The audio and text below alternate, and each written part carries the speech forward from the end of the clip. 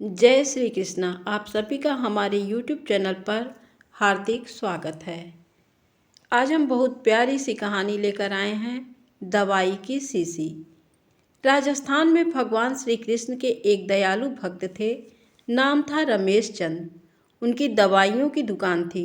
उनकी दुकान में भगवान श्री कृष्ण की एक छोटी सी तस्वीर एक कोने में लगी थी। वे जब दुकान खोलते साफ सफाई के उपरांत हाथ धोकर नित्य भगवान की तस्वीर को साफ करते और बड़ी श्रद्धा से धूप इत्यादि दिखाते। उनका एक पुत्र भी था, राकेश, जो अपनी पढ़ाई पूरी करके उनके ही साथ दुकान पर बैठा करता था।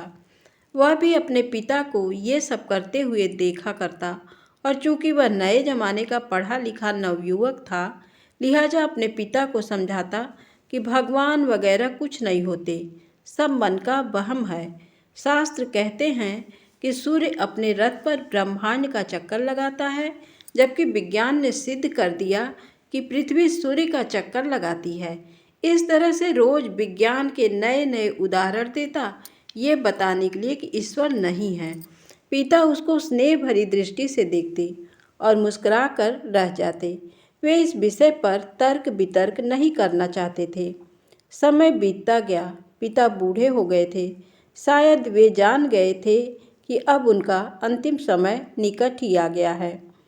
अतः एक दिन अपने बेटे से कहा, बेटा, तुम ईश्वर को मानो या मत मानो, मेरे लिए यही बहुत है कि तुम एक मेहनती, दयालु और सच्चे इंसान हो।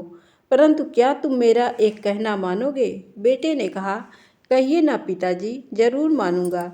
पिता ने कहा, बेटा, मेरे जाने के बाद एक तो तुम दुकान में रोज भगवान की इस तस्वीर को साफ करना, और दूसरा, यदि कभी किसी परेशानी में फंस जाओ तो हाथ जोड़कर श्री कृष्ण से अपनी समस्या कह देना।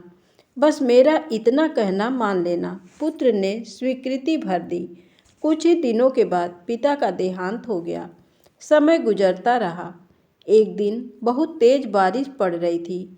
राकेश दुकान में दिन भर बैठा रहा और ग्राहकी भी कम हुई।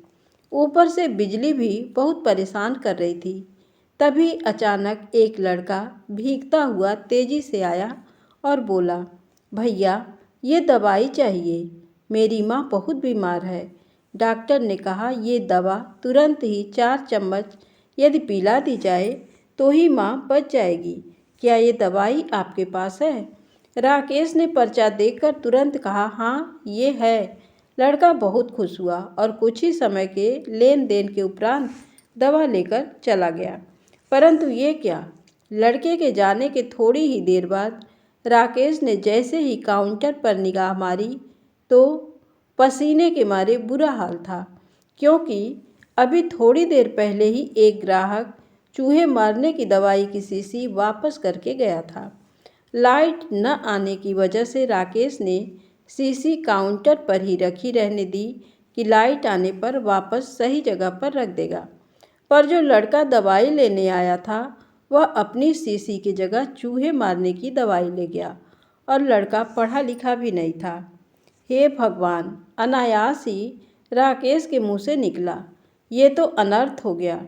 तभी उसे अपने पिता की बात याद आई और वह तुरंत हाथ जोड़कर भगवान कृष्ण की तस्वीर के आगे दुखी मन से प्रार्थना करने लगा कि हे प्रभु, पिताजी हमेशा कहते थे कि आप हैं। यदि आप सचमुच हैं तो आज ये अनहोनी होने से बचा लो। एक माँ को उसके बेटे द्वारा जहर मत पीने दो, प्रभु, मत पीने दो। भैया, तभी पीछे से आवाज़ आई, भैया, कीचड़ की वजह से मैं फिसल गया, दवा की शीशी भी फूट गई, कृपया आप एक दूसरी शीशी दे दीजिए। भगवान की मनमोहक मुस्कान से भरी तस्वीर को देखकर राकेश की आंखों से झरझर आंसू बह निकले। आज उसके भीतर एक विश्वास जाग गया था कि कोई है जो सृष्टि चला रहा है। जिसे कोई खुदा कहता है तो कोई ईश्वर, कोई सर्वव्यापी कहता है तो कोई परमात्मा।